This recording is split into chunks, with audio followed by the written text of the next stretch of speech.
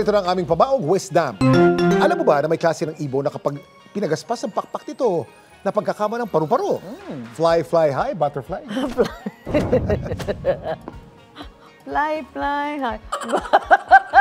Ito yung tinatawag na sun bittern. Nakuha ang pangalan dahil sa kulay ng balahibo at pakpak nito na kahel na may halong puti at brown. Madalas itong makikita sa mga tropical na lugar sa Guatemala at northern Brazil na pag-alagala at tila mas kaya pang naglalakad kaysa lumilipad. Sa dalang ng paglipad nito, tiyak na mamamangharaw kapag nakita ang makukulay nitong pakpak. Kapag nasa ering araw ang sun bittern, mo isang higanting paru-paro sa himpapawid. Dapat, alam mo, na bukod sa nakakatuwa makita ang tingkad ng kulay ng mga pakpak ng sun bittern, ito raw ang nagsisilbi nitong depensa at panakot laban sa mga predator sakaling may magtangkang atakihin ito. Yan ang dapat, alam mo.